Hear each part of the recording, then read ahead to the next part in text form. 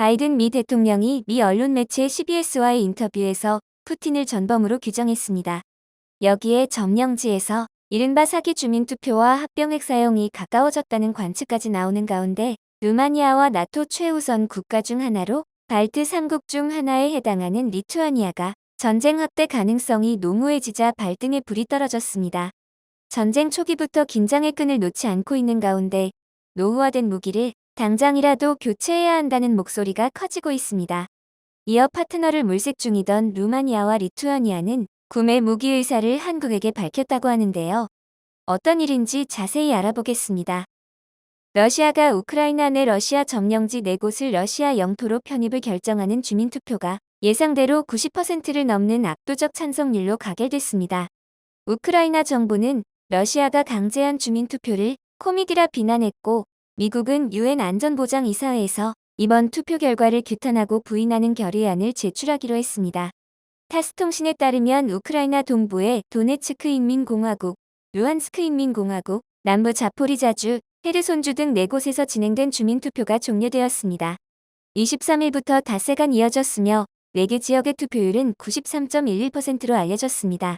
이들 지역의 면적은 9만 제곱킬로미터로 우크라이나 전체 영토의 15%에 해당합니다.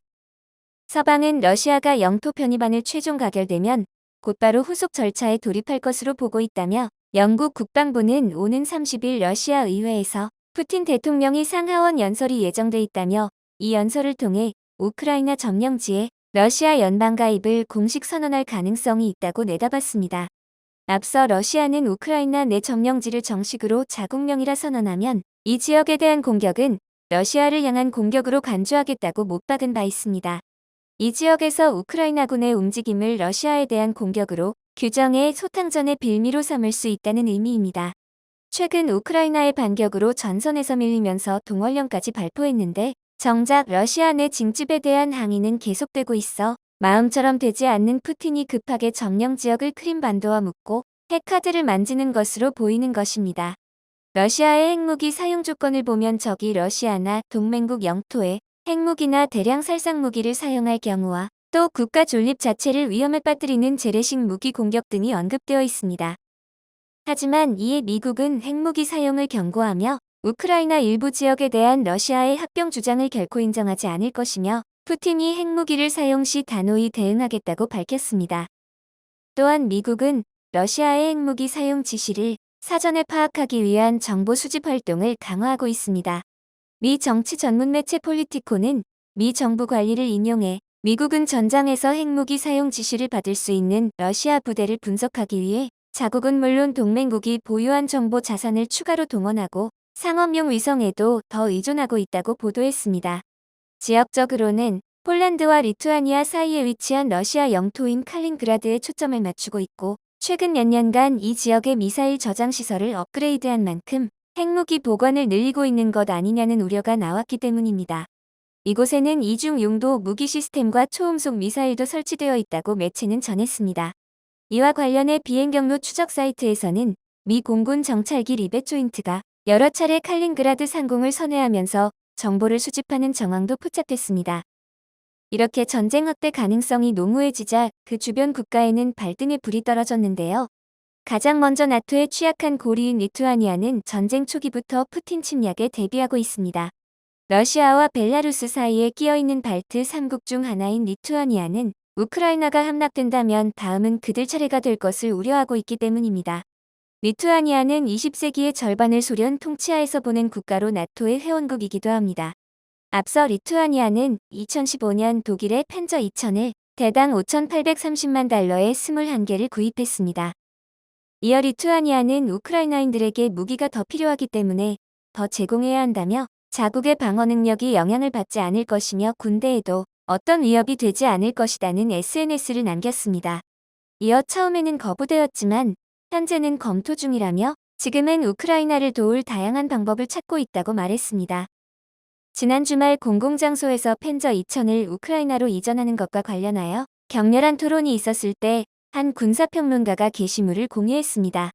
이어 리투아니아 국방장관은 아직 이러한 솔루션이나 제안이 없다며 이야기가 나온다면 공유하겠다고 전했습니다. 한편 방산 무기 지원이 가능한지 여부에 대해 그는 우크라이나를 지원하기 위해 나토 국가들의 예산에 선이 나와야 한다며 오늘날의 위협과 도전에 맞서는 군대의 유일한 화력 지원은 리투아니아 군대의 방어 능력이 저하될 수 있다고 말했습니다. 지금 리투아니아에는 독일의 펜저 2000 자주포로 이루어진 포병대대가 존재하지만 이를 우크라이나에 인도한다면 병사들의 사기가 꺾일 것입니다. 반면에 이번 전쟁에서 펜저 2000의 문제점 또한 드러나며 오히려 노후화된 무기를 바꿔야 한다는 주장 또한 강하게 나오고 있습니다. 근 한국의 무기 전시회와 기업들을 방문하고 있었던 리투아니아 국방부 대표들은 한국 회사 하나를 거론하며 펜저 2000과 동등하진 않지만 고급 자주포인 K9에 관심을 두고 있으며 이는 추후 폴란드에 이어 K9 자주포를 구매할 계획이라고 밝혔습니다.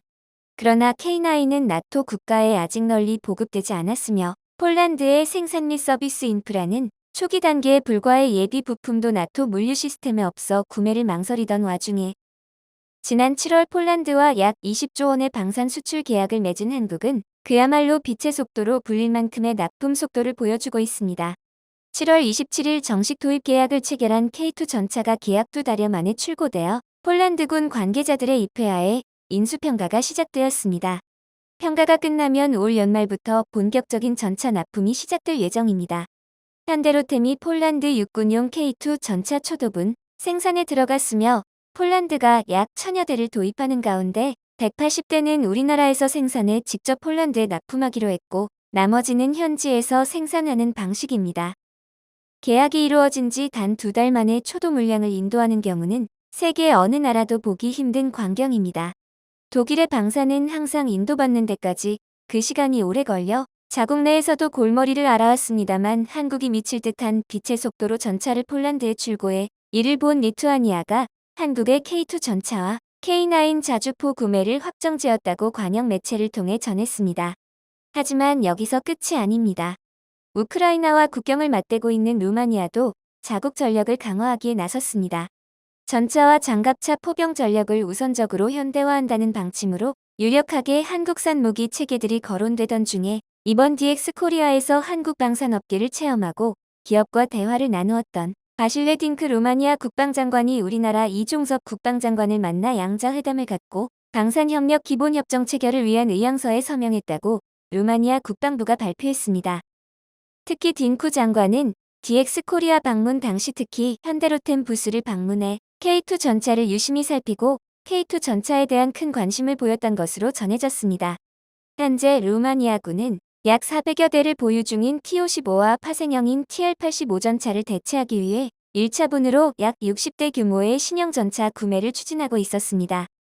루마니아군은 432문에 달하는 구소련 규격 152mm 견인포와 220문의 122mm 견인포 154문의 76mm 견인포를 퇴역시키고 이를 대체할 신형 곡사포 도입도 추진 중이었습니다.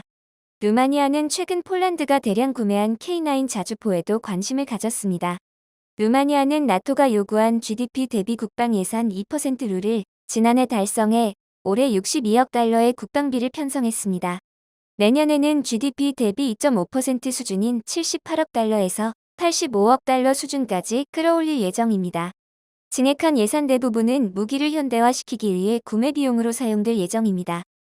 전쟁 초기 당시 루마니아는 보유 중이던 30여 대의 T-72 전차를 우크라이나에 기증하는 조건으로 독일 육군의 주력 전차인 레오파트2 중고 전차를 공급받고 차세대 전차로 독일제 전차를 선정해 도입한다는 마스터 플랜을 세워놓고 있었습니다.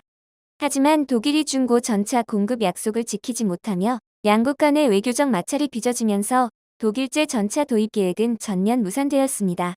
이와 관련해 루마니아 현지 방산 전문 매체 디펜스 루마니아는 한국의 동유럽 지역 수출 실적 등을 고려할 때 전차와 자주포 도입이 유력하다고 평가했었습니다.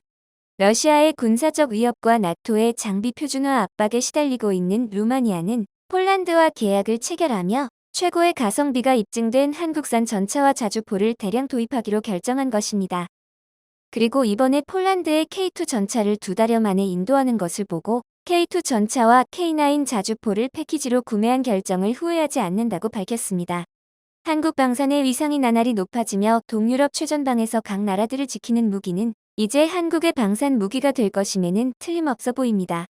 세계 각 나라들이 한화와 현대로템에 주목하고 있으며 한국의 빛의 속도와 같은 제조에 또 한 번 경악을 금치 못하고 있습니다. 이제는 한국을 넘어 세계를 지키는 한국의 방산 무기가 더욱 빛을 보길 바라겠습니다.